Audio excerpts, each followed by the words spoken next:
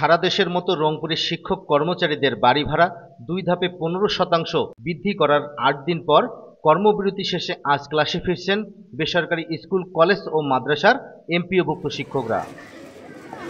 আজ সকাল থেকে রংপুরের সব প্রতিষ্ঠান একযোগে ক্লাস শুরু হয়েছে। শিক্ষার্থীরা ও অভিভাবকরা বলছেন কিছুদিন পরে বার্ষিক পরীক্ষা, তার মধ্যে ৮ দিন ক্লাস বন্ধ ছিল, এতে তাদের অনেক ক্ষতি হয়েছে।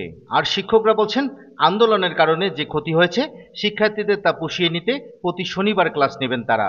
আর নভেম্বর থেকে ৭.৫% এবং আগামী বছর থেকে ৭.৫% করায় তারা খুব খুশি। ভবিষ্যতে যারা সরকারে আসবেন তারা এর ধারাবাহিকতা রাখবেন, এছাড়াও বাকি দাবিগুলো পরবর্তীতে মেনে নেবেন এমন আশা করেছেন শিক্ষকরা। আমাদের অনেক গ্যাপ পড়ে গেছে, তো ম্যামরা বলছে যে আমাদের যে ছুটির দিন থাকে শনিবার করে, তো এই দিন করে আমাদের গ্যাপটা পূরণ করে দিবে।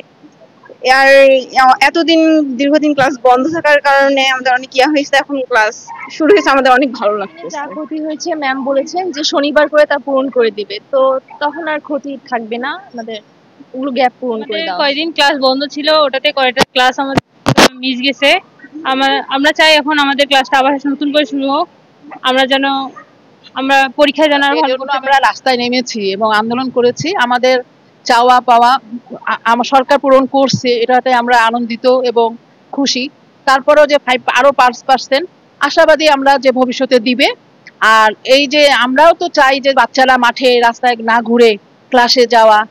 এখন আজকে থেকে আমাদের ক্লাস শুরু হলো, শ্রেণীকক্ষে যেতে পেরেছি, ছাত্রীদের সাথে ক্লাস নিতে পেরেছি, এতে আমাদের আনন্দিত এবং ভালো লাগছে, খুশি। ওই যে শনিবারে আমাদের যেহেতু শুক্র শনিবার সাপ্তাহিক 2 দিন ছুটি থাকে, আমরা তো শনিবারে আমরা বার্ষিক পরীক্ষা পর্যন্ত শনিবার পর্যন্ত ক্লাস নেব, এটা আমরা তো বলাই আছে।